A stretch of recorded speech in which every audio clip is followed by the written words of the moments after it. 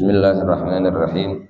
Alhamdulillahi rabbil alamin, wassalatu wassalamu ala habibi rabbil alamin, sayyidina wa habibina wa syafi'ina wa nuri qulubina nabiyyina Muhammadin wa ala alihi wa sahbihi ajma'in, wa la hawla wa la quwwata illa billahil aliyyil azim.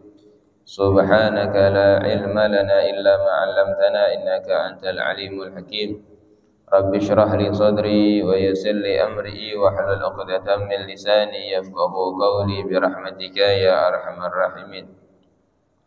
Nawaitu ta'alluma wa ta'lima, tadhakkura wa tadhkir, wa naf'a wal intifa' wal ifadata wal istifada wal hatha ala tamassuk bi kitabillah wa sunnati rasulillah wa du'a ila al-huda wa dilalata ala al-khair ibtigha'a mardatillah wa thawabihi wa qurbihi min Allah ta'ala.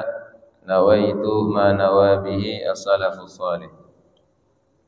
Faqala muallif rahimahullah wa nafa'ana bihi wa bi 'ulumihi fid darin amin. Balagha ba'duhum fi martabatil ilmi ma balagha walakinnahu ma'a dhalika ma zala yatlubul ilma ma'a kibari sinnihi. Yaqulu uridu an amuta wa ana atlubul ilma li'annahu warada anna man mata fi talabil ilmi li ajlillahi laisa bainahu wa bainal anbiya'i illa darajatun nubuwah. Balagha ba'duhum fi martabatil ilmi ma balagha, telah sampai sebagian mereka di dalam kedudukan ilmu apa yang telah mereka capai. Walakinnahu ma'a dzalika, akan tetapi walaupun seperti itu, mazala yatlubul ilma, mereka tetap menuntut ilmu ma'a kibari sinnihi, padahal umurnya telah lanjut usia. Yaqulu, mereka mengatakan, uridu an amuta wa ana atlubul ilma, aku ingin meninggal dalam keadaan menuntut ilmu. Li'annahu warada anna man mata fi talabil ilmi li ajlillahi, karena telah ada riwayat bahwasanya orang yang meninggal dalam keadaan menuntut ilmu karena Allah Subhanahu wa ta'ala, laisa bainahu wa bainal anbiya illa darajatun nubuwah, tidak ada antara dia dan antara para nabi kecuali derajat kenabian. Insyaallah. Nah, ini dikatakan ada sebagian ulama walaupun ilmunya sudah banyak, udah alim ya, udah jadi orang alim, tapi beliau itu masih menuntut ilmu padahal umurnya udah tua, ya udah lanjut. Ketika ditanya kenapa kok beliau itu masih menuntut ilmu, masih belajar, masih hadir majelis taklim, dikatakan saya ingin meninggal dalam keadaan menuntut ilmu. Ya. Kenapa? Karena ada riwayat yang mengatakan bahwasanya siapa orang yang meninggal dalam keadaan menuntut ilmu karena Allah Subhanahu wa ta'ala, maka tidak ada di antara dia dan para nabi kecuali derajat kenabian. Ya, insyaallah. Ini ada sebagian ulama yang walaupun beliau itu udah alim, kadang kelihatan beliau hadir majelis taklim. Ya, bukan berarti udah alim udah nggak mau hadir majelis taklim lagi, enggak. Ya, kadang kalau kita lihat tuh di majelis-majelis ada orang-orang alim, ya, ada orang-orang yang masya Allah, tapi tetap duduk di majelis taklim. Padahal kalau dikatakan beliau udah tahu sebenarnya yang dibahas apa, beliau udah tahu, bahkan mungkin beliau lebih tahu. Tetapi dan juga kadang udah tua umurnya. Ya, udah tua tapi masih semangat buat hadir majelis taklim. Pas ditanya, kenapa kok antum masih mau hadir majelis taklim? Padahal udah alim, terus udah sepuh misalkan ya. Nah, ditanya, kata beliau, saya kepengen meninggal dalam keadaan menuntut ilmu. Ya, ini orang alim aja tetap hadir majelis taklim. Bahkan kadang udah lanjut usia tetap hadir majelis taklim. Buat apa? Tujuannya kepengen meninggal dalam keadaan menuntut ilmu, dalam keadaan belajar. Kenapa kok beliau pengen meninggal dalam keadaan belajar? Atau dihitung ditetapkan oleh Allah Subhanahu wa taala termasuk orang yang meninggal dalam keadaan menuntut ilmu, karena ada satu riwayat yang mengatakan siapa orang yang meninggal dalam keadaan menuntut ilmu, maka derajat dia sama para nabi itu yang ngebedain cuma derajat kenabian aja. Ya, kalau nggak ada derajat kenabian sama derajatnya sama para nabi. Karena kalau derajat kenabian tuh nggak bisa disamain. Ya, kita orang biasa sama nabi nggak bisa sama. Ya, pasti lebih afdol para nabi. Manusia, nabi juga kan manusia, tapi derajatnya beda. Ya, manusia biasa sama derajatnya nabi itu beda. Nah, orang yang meninggal dalam keadaan menuntut ilmu nanti di surga itu yang ngebedain antara beliau yang meninggal dalam keadaan menuntut ilmu dan para nabi cuma derajat kenabian aja. Karena yang menuntut ilmu bukan nabi, maka derajatnya lebih di bawah para nabi. Ya, insya Allah. Artinya di sini menunjukkan bahwasanya hadir majelis taklim itu enggak harus orang yang enggak tahu. Hadir majelis taklim itu enggak harus orang yang masih muda, yang masih kecil, enggak. Mau orang lanjut usia, mau orang yang udah alim, tetap juga dianjurin hadir majelis taklim. Buat apa? Biar dapat fadilahnya thalabul ilmi. Ya, insyaallah. Jadi enggak ada tuh yang merasa tuh ulama-ulama kita tuh walaupun udah alim ngerasa udah cukup, enggak butuh hadir majelis taklim lagi, enggak. Justru kadang semakin tinggi ilmu seseorang itu semakin tawadhu, ya, semakin rendah hati, ngerasa dirinya belum punya apa-apa.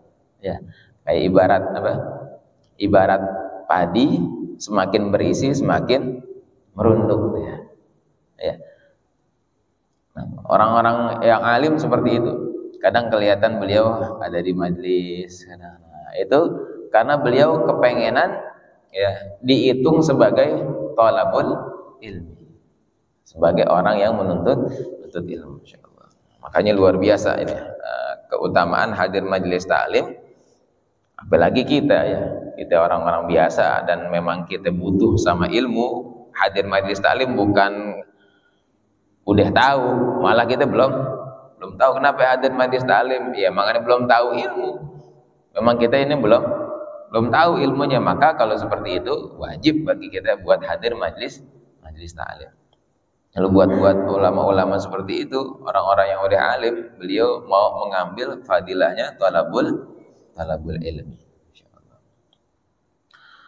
Lamma qarabat wafatul Mustafa sallallahu alaihi wasallam dajjatil ardu bil buka ila maulaha wa qalat ya rab kanatil anbiya tamshi ala dhahri faman yamshi ba'dahum ala dhahri qala sallallahu alaihi wasallam ulama'u ummati ka anbiya'i bani Israil.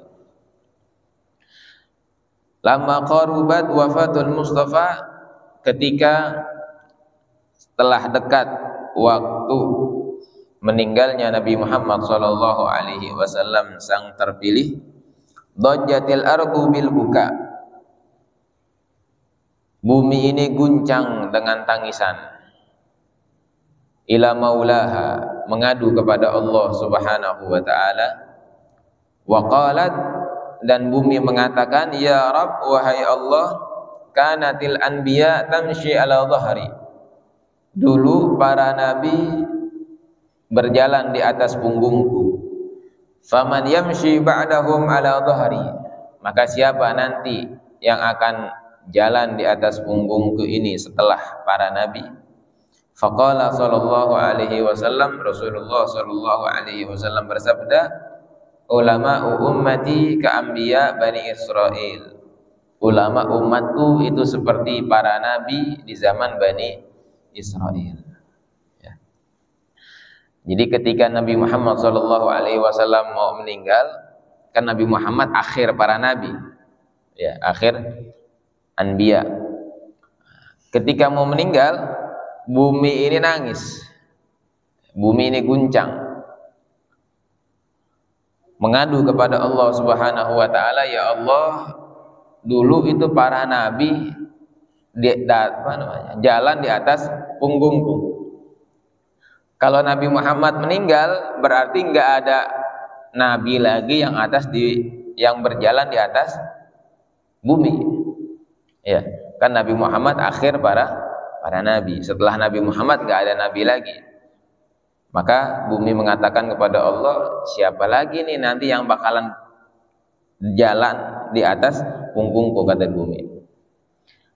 Artinya tuh bumi berbangga dengan adanya para nabi yang ada di bumi. Ya. Nah, kalau udah Nabi Muhammad meninggal, ya nggak ada lagi, udah habis kenabian itu, udah habis, nggak ada nabi setelah Nabi Muhammad SAW. Maka ada hadis yang menerangkan ulama ummati, kata Rasulullah SAW, ulama ummati ka anbiya bani Israil. Ulama umatku, kata Nabi Muhammad, seperti para nabi di zaman Bani Israil. Artinya setelah Nabi Muhammad masih ada pengganti para nabi, yaitu para ulama. Ya, insyaallah. Ini kedudukan para ulama. Jangan sampai kita nggak punya adab sama para ulama. Ya, kita nggak punya sopan santun kepada para ulama. Kedudukan para ulama itu diangkat oleh Allah Subhanahu wa taala, bahkan dikatakan seperti para nabi di zaman Bani Israil. Makanya minimal kita wajib itu cinta kepada para ulama. Ya. Karena bumi berbangga dengan para ulama. Nabi Muhammad SAW bersabda, ulama umatku itu seperti para nabi di zaman Bani Israil. Nah, itu bangganya bumi dengan para nabi. Nah, setelah para nabi nggak ada, bumi bangga dengan para ulama. An Mu'adz radhiyallahu anhu qala, dari Sayyidina Mu'adz radhiyallahu an, beliau mengatakan, innal ulama la yuhtaju ilaihim hatta fil jannah. Ya. Idh yuqalu li ahlil jannah tamannau fala yadrun kaifa yatamannawna hatta yata'allamuna minal ulama. Kata Sayyidina Mu'adz radhiyallahu an, beliau mengatakan, innal ulama la yuhtaju ilaihim hatta fil jannah. Sesungguhnya para ulama itu tetap dibutuhkan sampai walaupun udah ada di dalam surga. Para ulama nih, kita butuhnya bukan cuma di dunia aja. Ya. Kita butuh kepada para ulama itu bukan cuma hanya di dunia. Bahkan nanti di surga kita juga bakalan cari para ulama. Ya, makanya penting banget kita itu kenal sama para ulama, apalagi bisa sampai dikenal oleh para ulama. Kenapa? Karena memang kita butuh. Nanti di surga juga orang pada butuh sama ulama. Dikatakan ketika Allah Subhanahu wa taala mengatakan kepada penduduk surga, tamannau, ayo berangan-angan, kalian mau apaan? Ini satu sodoran permintaan dari Allah Subhanahu wa taala, minta apaan aja ya, ketika yang ada di surga nanti Allah bakalan kasih. Kan sayang-sayang kalau Allah udah sodorin satu permintaan, kita mintanya yang kecil-kecil, ya. Ayo ente minta apa aja, kata Allah Subhanahu wa taala. Terus kita minta cuman, ya Allah mau makan salak ya Allah misalnya. Kan kecil banget. Nah, kita nggak tahu tuh apa yang harus kita minta yang paling tinggi derajatnya, yang kita minta yang paling top dah, yang kita minta kepada Allah Subhanahu wa taala, kita nggak tahu. Nah, ketika itu dikatakan fala yadrun, orang ahli surga itu nggak tahu dia kaifa yatamannaun, bagaimana dia berangan-angan terus akan meminta kepada Allah. Nah, ketika nggak tahu itu, yang dibutuhin siapa? Ulama. Hatta yata'allamuna minal ulama. Kita bakalan cari lagi tuh. Ane dulu di dunia dengarnya kenal sama ulama ini, sama Habib ini, ya. Datang kepada beliau, ayo nih kita mau minta sama Allah apaan nih yang paling top. Karena Allah bakalan kasih, ya, yang apa namanya? Yang nyodorin permintaan itu yang maha segalanya, yang maha punya semuanya. Gak mungkin kalau minta apa aja nggak bakalan dikasih, pasti dikasih sama Allah Subhanahu wa taala. Maka kita datang kepada para ulama.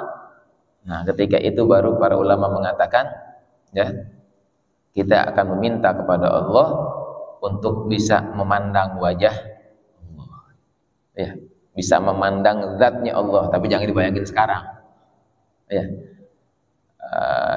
Apa itu dalam Al-Quran, wujuhu yawma idzin nadhirah ila rabbiha nadhirah. Nanti di akhirat, di dalam surga, kita akan bisa melihat wajahnya Allah Subhanahu wa taala. Tapi sekali lagi, wajahnya bukan seperti, jangan dibayangin seperti wajah kita, ya. Laisa kamitslihi syai'. Allah itu enggak seperti kita. Mukhalafatun lil hawadits. Sifatnya Allah Subhanahu wa taala itu berbeda dengan makhluknya, ya. Dan apa namanya, kenikmatan memandang zatnya Allah Subhanahu wa taala di surga itu adalah kenikmatan yang paling tinggi, melebihi kenikmatan-kenikmatan yang lain, ya. Oh, di sini kan kita nggak bakalan bisa ngelihat, nggak bakalan bisa. Nabi Musa aja yang ketika itu pengen melihat zatnya Allah Subhanahu wa taala nggak bisa, ya, kecuali Nabi Muhammad sallallahu alaihi wasallam yang bisa berhadapan langsung pada Allah Subhanahu wa taala dalam keadaan Isra Mi'raj, ya, ketika peristiwa Isra Mi'raj. Nah, kita juga nanti bisa, insyaallah. Ya, mudah-mudahan kita diberikan kenikmatan oleh Allah Subhanahu wa taala, bisa masuk ke dalam surganya Allah dan bisa memandang zatnya Allah Subhanahu wa taala. Itu ketika kita memandang zatnya Allah Subhanahu wa taala, sekali lagi jangan dibayangin di sini, ya, jangan dibayangin sekarang kayak gimana ya, kayak cahaya, enggak bakalan kita bisa, otak kita enggak nyampe. Nah, ketika kita melihat memandang zatnya Allah Subhanahu wa taala, maka kenikmatan yang ada di surga itu semuanya kalah udah. Mau nikmat apa, itu kayaknya enggak ada, nikmat-nikmat yang itu kagak ada. Ya, enggak berasa ketika kita bisa melihat wajahnya, apa namanya, zatnya Allah Subhanahu wa taala. Nah, itu yang tahu cuman para ulama, ya. Oh, kalau begitu ayo kita minta, ya Allah, kami meminta untuk bisa melihat Engkau ya Allah. Masyaallah.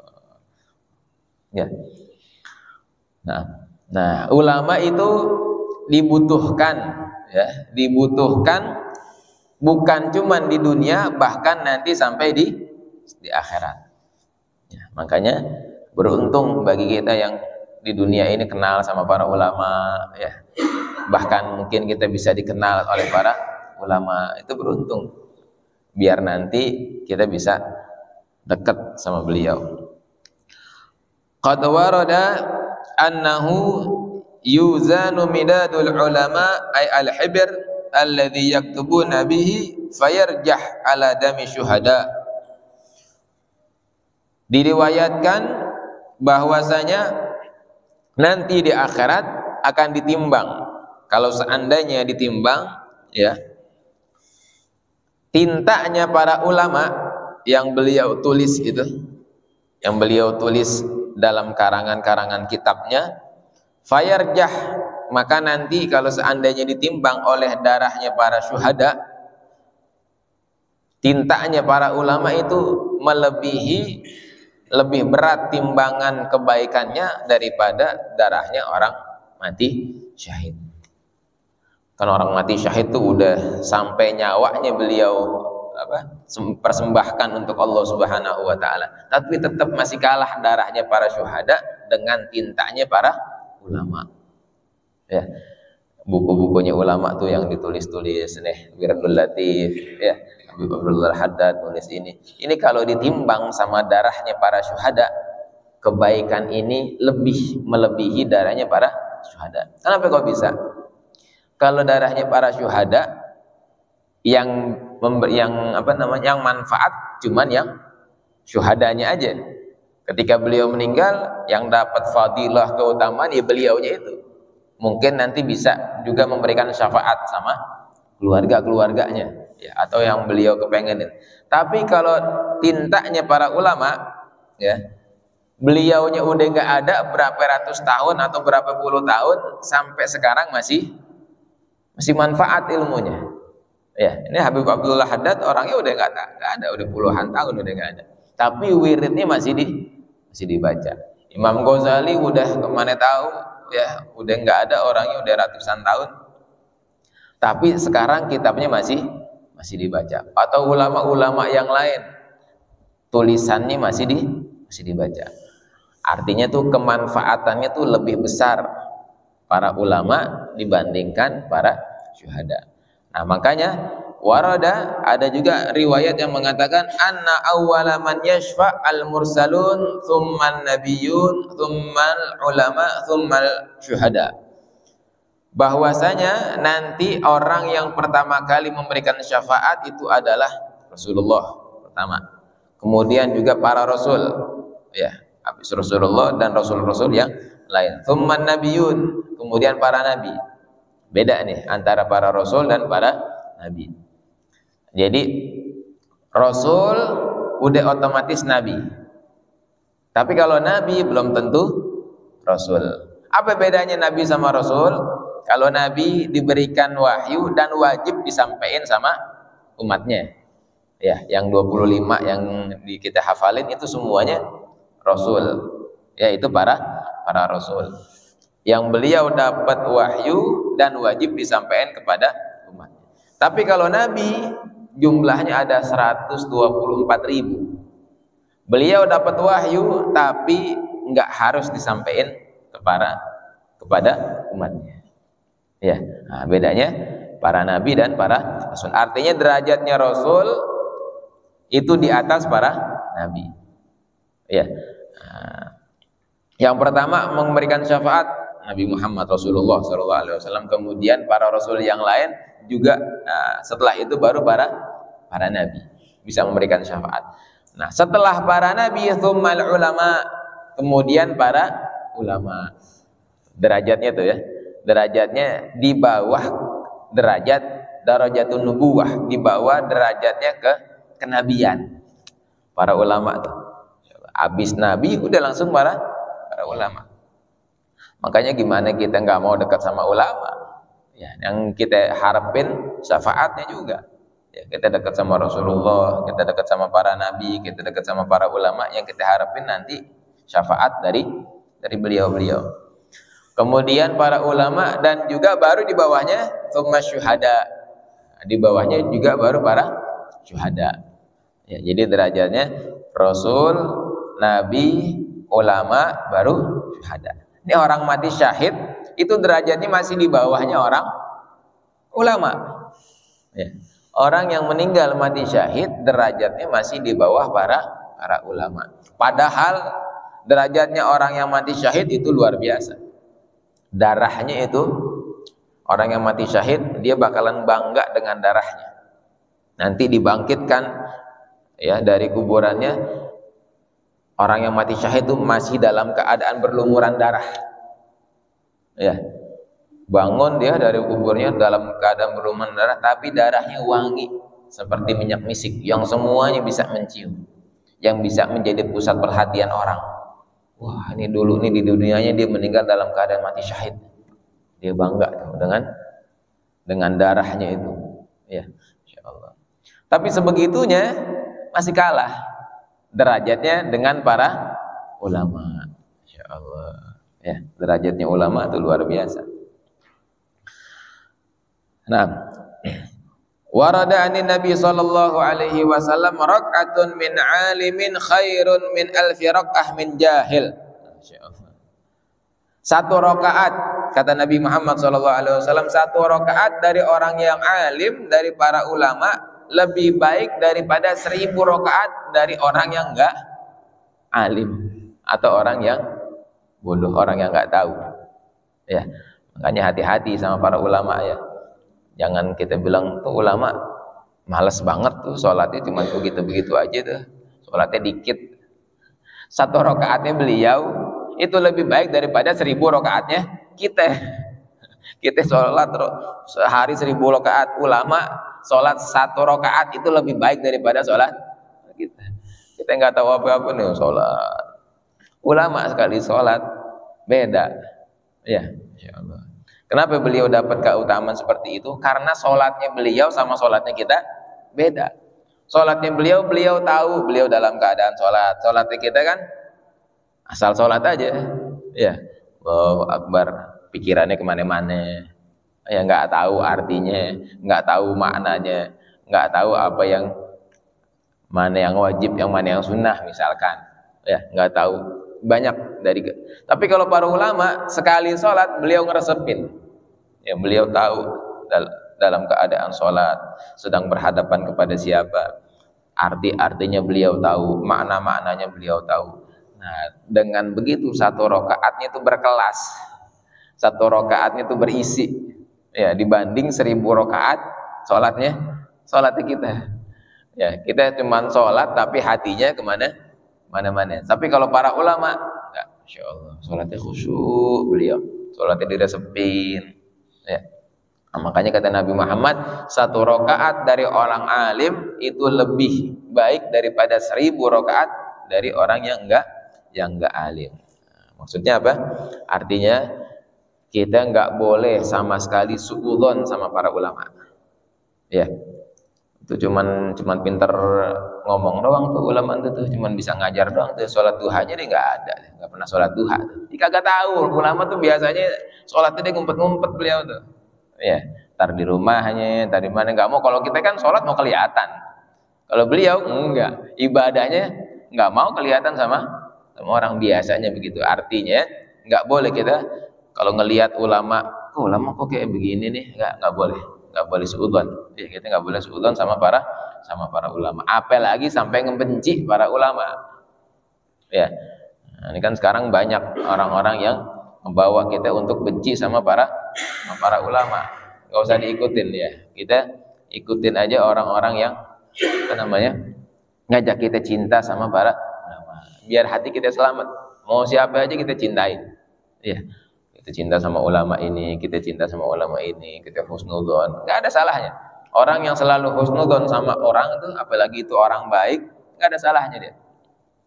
Ya, orang yang selalu husnudzon. Tapi kalau orang yang udah suudzon mulu bawaannya, udah dia nggak bakalan dapat manfaat. Udah suudzonnya nggak taunya salah lagi. Nah, udah rugi 2 kali dia. Ya, kalau kita husnudzon, wah ini ulama ini masya Allah, apalagi keturunannya Nabi Muhammad Shallallahu Alaihi Wasallam, kita husnudzon, baik sangka. Ya, dengan itu nanti kita bakalan dapat manfaat. Nah, mungkin ini aja yang kita baca, beberapa faedah. Sekarang subuhnya lebih cepat ini ya, jam 4:30 kurang. Nah, makanya terbitnya lebih cepat juga di sini, jam 5:36, 16 menit lagi. Mungkin ada yang mau ditanyain sebelum kita tutup. Nah, intinya kesimpulan yang tadi kita baca ya, yang pertama, walaupun kita udah tahu, walaupun kita udah lanjut usia, masih bisa ada kesempatan hadir majelis taklim, kita hadir. Ya, nah, ulama-ulama juga udah nyontohin seperti itu. Beliau ilmunya udah banyak, walaupun udah lanjut usia tetap hadir. Kemudian yang kedua, ulama umatnya Nabi Muhammad itu seperti para nabi di zaman Bani Israel yang dibanggain oleh bumi ini. Ya, bumi bangga di atasnya masih ada para ulama. Kemudian juga yang ketiga, ya, ulama itu nanti bakalan dibutuhkan oleh umat walaupun sampai di surga. Ya. Di dunia dibutuhkan, di surga juga dibutuhkan. Makanya kita penting untuk bisa dekat sama para ulama. Kemudian juga tintanya para ulama, kalau seandainya ditimbang oleh darahnya orang-orang yang mati syahid, akan mengungguli kebaikannya lebih banyak. Kebaikannya itu tintanya para ulama. Dan yang memberikan syafaat nanti di akhirat ada para rasul, para nabi, kemudian setelahnya para ulama, dan terakhir para syuhada. Dan 1 rakaatnya orang yang alim lebih baik daripada 1000 rakaatnya orang yang enggak alim. Nah, kita ada yang mau ditanyain? Ya.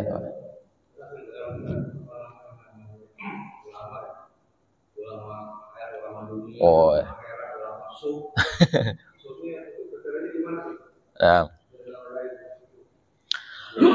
Yang kita maksud tadi kita harus cinta sama para ulama yang benar-benar.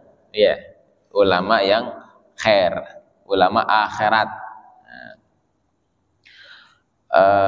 Imam Ghazali di dalam kitab Ihya juga waktu itu pernah kita bahas juga ya.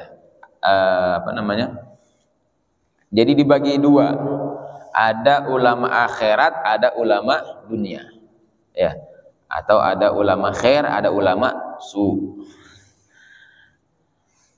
Ketak namanya aja udah jelek, udah ulama su, ulama jelek, nggak usah diikutin kalau ada ulama begitu. Nah, kriterianya gimana ya? Kriterianya itu sebenarnya banyak ya, kriterianya banyak. Di antaranya kalau ulama akhirat itu beliau selalu ngajak kita buat cinta sama akhirat, bukan cinta sama dunia. Ya, nggak dipandang tuh dunia sama ulama akhirat, nggak dipandang. Ya, dan ilmunya beliau lebih mengedepankan ilmu dan nggak bakalan tergoda kepada keduniaan, walaupun apapun yang resikonya. Ya, artinya ilmunya nggak bisa dibeli. Ilmunya itu nggak bisa dibayar. Yang haram ya tetap haram, yang halal ya tetap halal, kagak bisa dirubah. Dasar halalin aja dah, ini buat antum nih. Oh iya, sebenarnya ada sih dalilnya tuh. Nah, kalau itu ulama dunia udah tuh. Yang ilmunya bisa dibeli dengan dunia, jangan diikutin. Iya. Kemudian ada juga tanda-tandanya dari wajahnya beliau. Kalau kita ngelihat, ya, kayaknya tuh kita nginget sama akhirat. Ya, ketika dilihat, belum beliau ngomong, beliau ngomong, tapi pas lagi baru kita ngelihat, kita ingat sama akhirat. Ya Allah, ini orang masya Allah banget tuh, mukanya adem. Kalau ngelihat beliau tuh kayaknya kita pengen ibadah aja, kita malu banyak dosa. Kadang kelihatan dari mukanya sendiri, ya, dari mukanya udah enak aja. Orang kan beda, muka tuh cerminan dari hati kadang. Ya, coba aja kita lihat. Kalau kita lagi lihat orang mukanya asem banget nih, mukanya sumpek banget, hatinya jadi sumpek juga, dia tuh lagi sumpek. Tapi kalau kita lihat mukanya ceria, itu hatinya juga lagi. Ya, wajah tuh kadang mencerminkan apa yang ada di dalam hati. Coba aja kita kalau lagi kesal-kesal. Oh ya, ketemu orang, senyumnya juga. Nah, ulama akhirat, Masya Allah, karena memang beliau mau dilihat orang, mau nggak dilihat orang, ya begitu. Ya, ibadahnya ya begitu. Jadi nanti apa tuh? Simahum fi wujuhihim min athari sujud. Ya. Kelihatan tanda-tanda kesolehan beliau dari wajahnya itu. Ya, kesolehan beliau tuh pancaran aura kalau sekarang ya, karismanya beliau tuh kelihatan dari wajahnya. Ya, nah, intinya tuh kalau ulama akhirat selalu ngajak kita kepada akhirat, bukan ngajak kita sama dunia. Banyak tuh sebenarnya tuh tanda-tandanya tuh ya. Yang tadinya kita ragu jadi yakin. Ya, itu baru ulama akhirat. Bukan yang tadinya kita yakin jadi ragu. Habaib dulu ada ya. Sekarang ada yang bilang habaib tuh nggak ada. Ini tadinya kita yakin, jadi ragu, nggak usah diikutin. Udah mau ngapain diikutin? Itu habaib keturunannya Rasul apa bukan ya? Kayaknya bukan ya. Ini harus tes DNA dah. Enggak ya.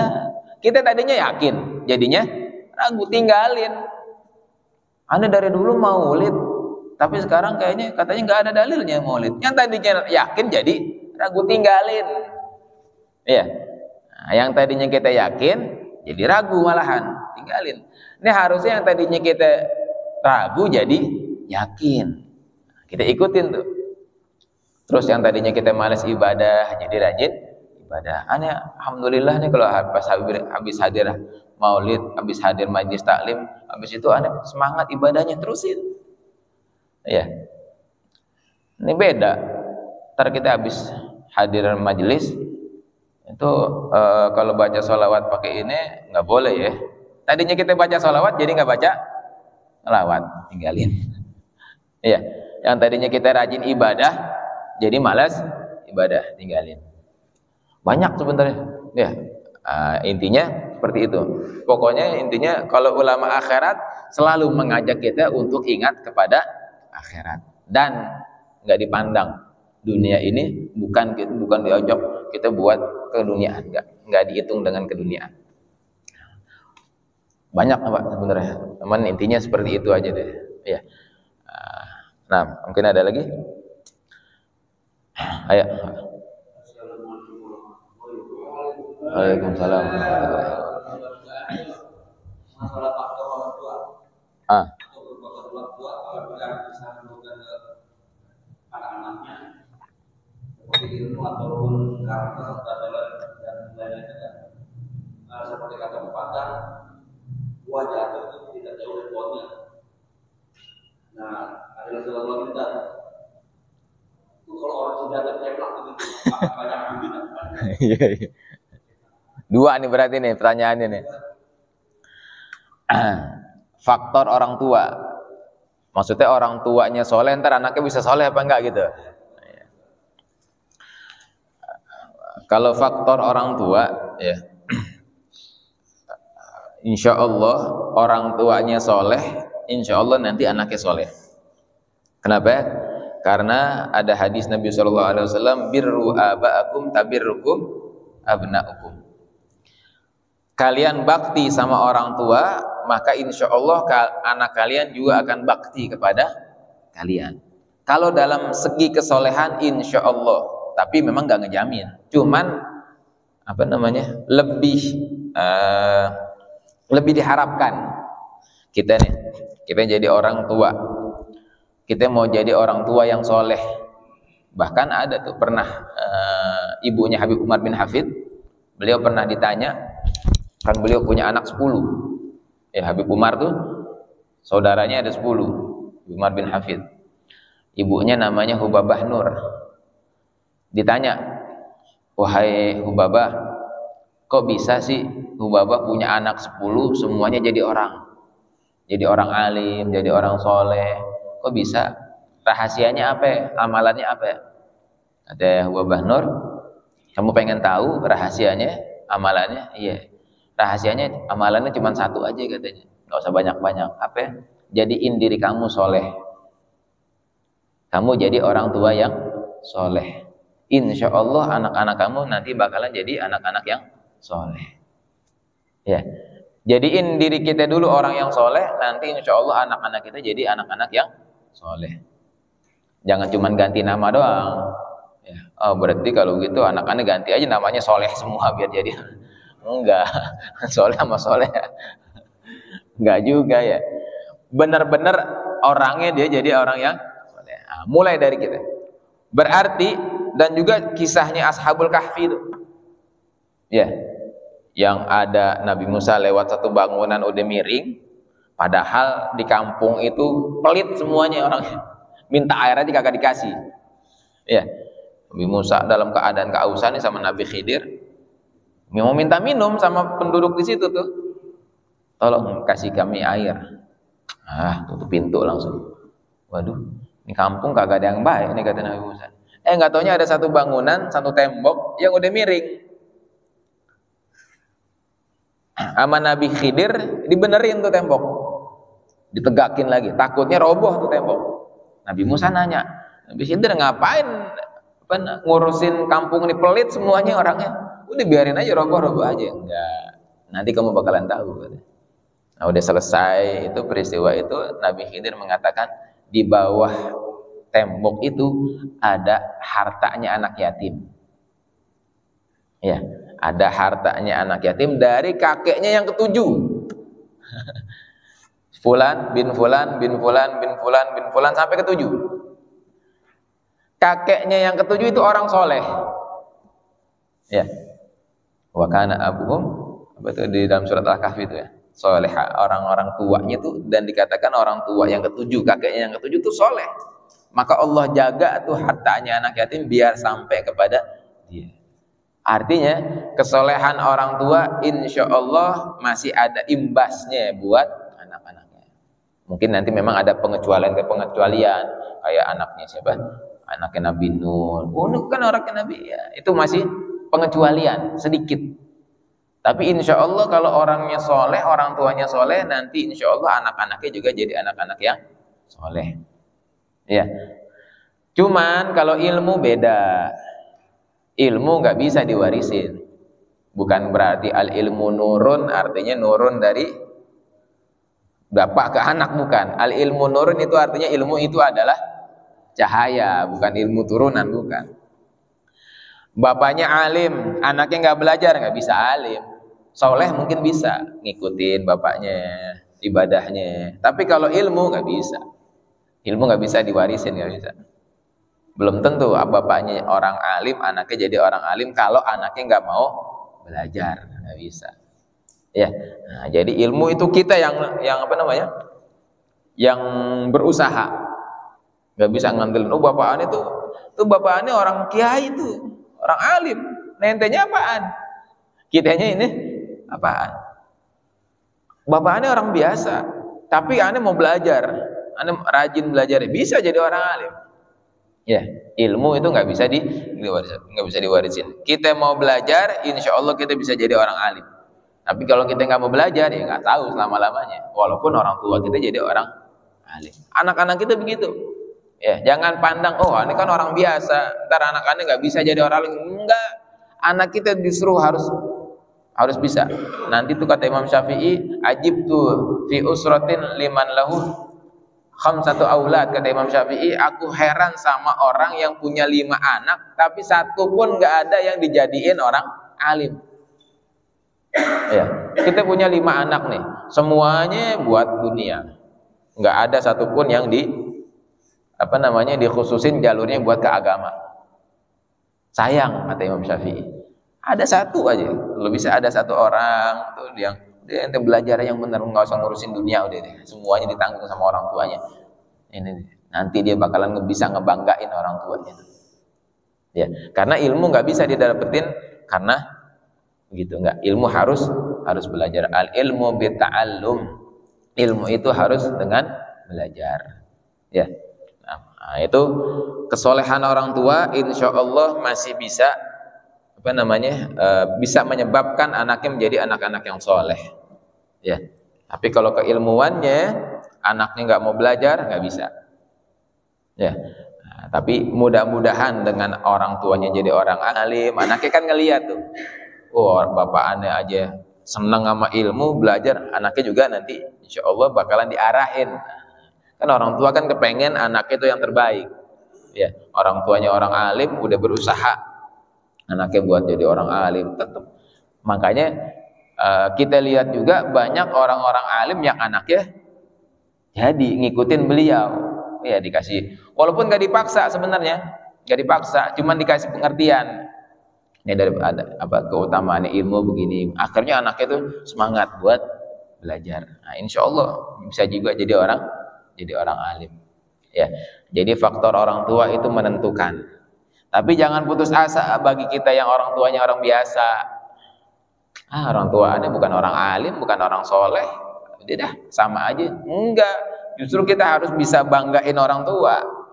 Ya, orang tua kita seperti apa, kita jadi anak yang soleh kalau bisa.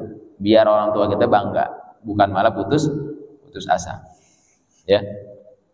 Kebalikannya, kalau orang tuanya nggak alim, orang tuanya kagak soleh, anaknya gimana? Ya kadang ada juga jadi anak yang soleh, anak yang alim, cuman kadang jarang. Ya, kalau ada itu berarti anugerah buat orang tuanya. Nah, intinya kalau kita mau jadiin anak kita anak yang soleh, kita mau punya anak yang soleh soleha, kita dulu jadi orang yang soleh dan orang yang rajin hadir majelis taklim. Nah, ini insya Allah berpengaruh buat anaknya. Kemudian yang kedua tadi apa? Yang ada apa? Tanda-tanda nggak paham juga deh kita bekas apaan tuh ya. Husnudzon aja dah, husnudzon dah. Mungkin insya Allah banyak sujudnya dah, kita nggak usah husnudzon dah. Tapi kalau sengaja dikosek-kosek ya nggak boleh juga ya. Pas lagi sujud kosek-kosek begitu enggak. Biar ketahuan nih ntar enggak. Tapi kalau kita ketemu sama orang begitu, husnudzon aja. Ya, masya Allah tuh sujudnya banyak tuh. Tapi yang dimaksud simahum fi wujuhihim min athari sujud bukan itu, bukan. Ketahuan dari jidat-jidat mereka. Simahum itu simahum tuh artinya tuh pancaran wajahnya. Min athari sujud, dari karena khusyuknya beliau sujud, bukan tanda itunya, bukan tanda hitam di sini, bukan. Ya, pancarannya, auranya.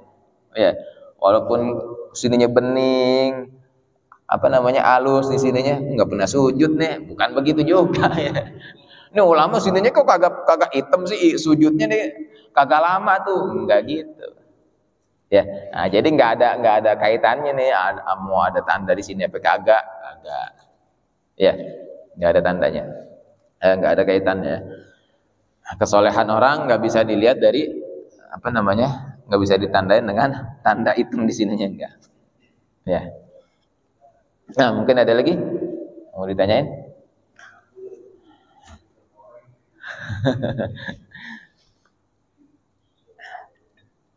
Udah, nggak ada lagi? Bang Herman mana? Bang Herman? Nggak ada Bang Herman. Udah dah ya. Wallahu a'lam bishawab. Jam 6 aja udah mulai bisa sholat isyraq ya. Terbitnya jam 5.36 tambah 16 sudah bisa ya. 52 udah bisa, sekarang udah 58.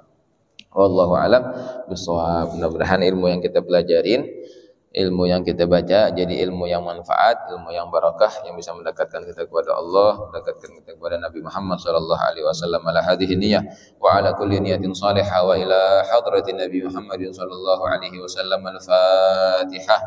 A'udzu billahi minasyaitonir rajim. Bismillahirrahmanirrahim.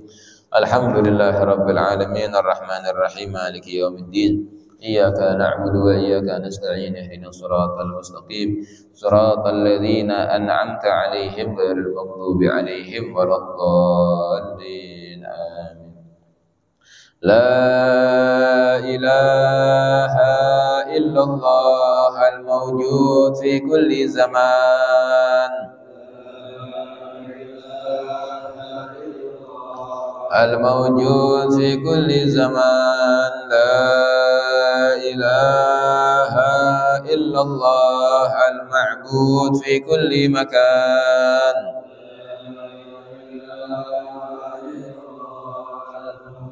Fi kulli makan. La ilaha illallah al-madhkur bi kulli lisan. Al-madhkur bi kulli lisan. La ilaha illallah al-ma'ruf bil ihsan. Al-ma'ruf bil ihsan. La ilaha إلا الله كل يوم هو في شأن كل يوم هو في شأن لا إله إلا الله الأمان الأمان من زوال الإيمان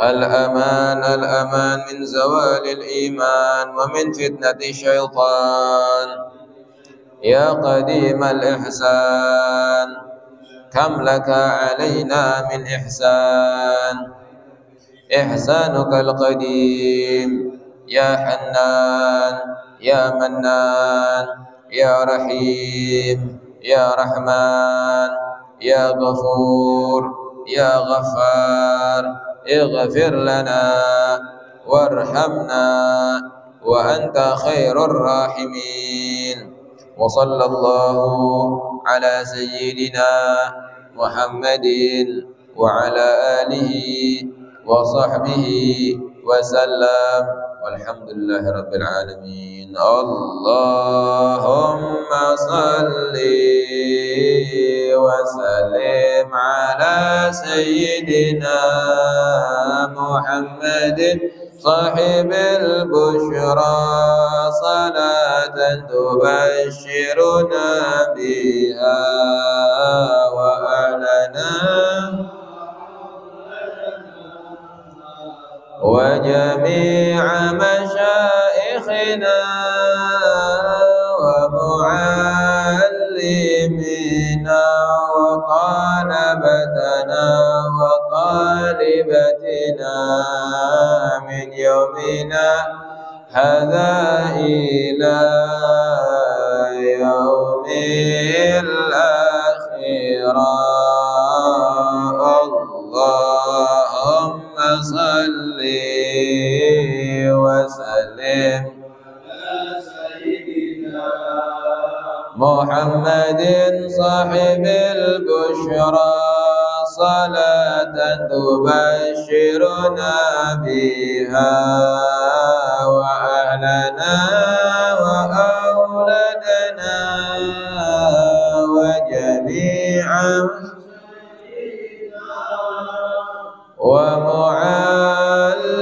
ومعلمنا وطالبتنا وطالبتنا من يومنا هذا إلى يوم الآخرة اللهم صل وسلم محمد صاحب البشرى صلاة تبشرنا بها وأهلنا وجميع مشايخنا ومعلمينا وطالبتنا وطالبتنا من يومنا هذا إلى يوم الآخرة اللهم صل وسلم وبارك عليه وعلى آله يا ربنا اعترفنا بأننا اقترفنا وأننا أسرفنا على لظى أسرفنا فاتم علينا توبة تغسل كل حوبة واستر لنا العورات وآمن الروعات واغفر لوالدينا ربي ومولودينا والأهل والإخوان وسائر الخلان لذي محبة أو جيرة أو صحبة والمسلمين أجمع آمين ربي فاسمع فضلا وجودا من نال باكتساب منا بالمصطفى الرسول نحظى صلي صلى وسلم ربي عليه عند الحب وأهله والصحب عداد قرص الصحب والحمد لله في البدء والثناء حمدا كثيرا دائم محبة النسائم دعوهم فيها سبحانك اللهم وتحيتهم فيها سلام وآخر دعوهم أن الحمد لله رب العالمين سبحانك اللهم وبحمدك أشهد أن لا إله إلا أنت أستغفرك وأتوب إليك والعفو منكم السلام عليكم ورحمة الله وبركاته.